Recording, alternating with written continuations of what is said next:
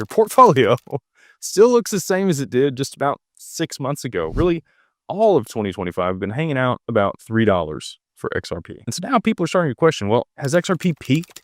Is this the ceiling? Is this as good as it gets? The short answer is no, but there's a lot more to it. So I'm going to show you why the current price action is calm and why it's really kind of the calm before the storm. What's happening behind the scenes that could trigger the biggest wealth transfer you've ever seen. And we'll talk about why the price is not moving, why it will move, and more importantly, to where and when. I get messages all the time asking, is it still going to happen?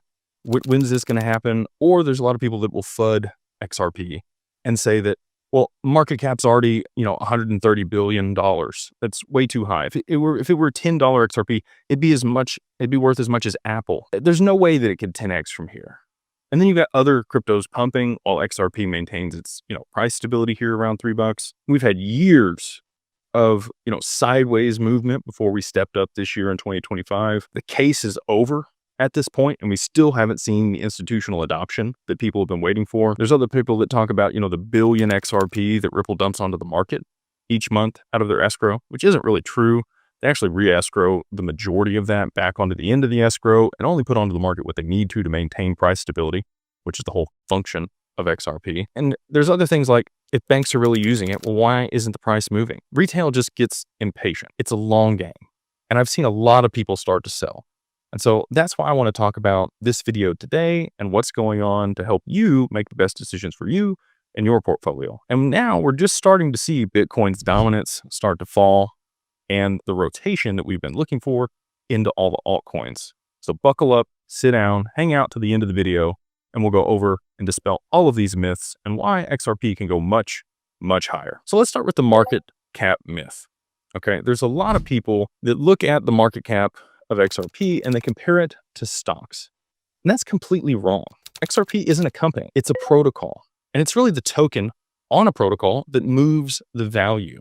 The protocol is the XRPL or the XRP ledger. And market cap of protocols works very different than equities. Imagine an email protocol, for example. How many emails do you think move around the world every single day? Probably hundreds of billions of messages that get sent between counterparties.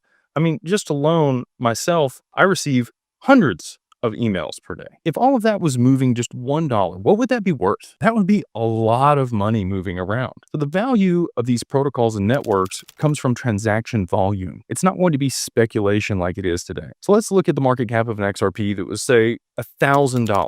Trillions of dollars in market cap. So what? It's not an equity. Let's look at a $10,000 XRP. The market cap would be in the quadrillions.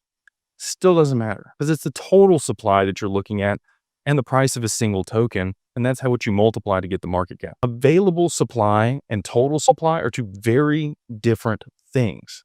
Swift moves $5 trillion a day. And that's the metric. You want to look at the volume that it's going to be settling and the price and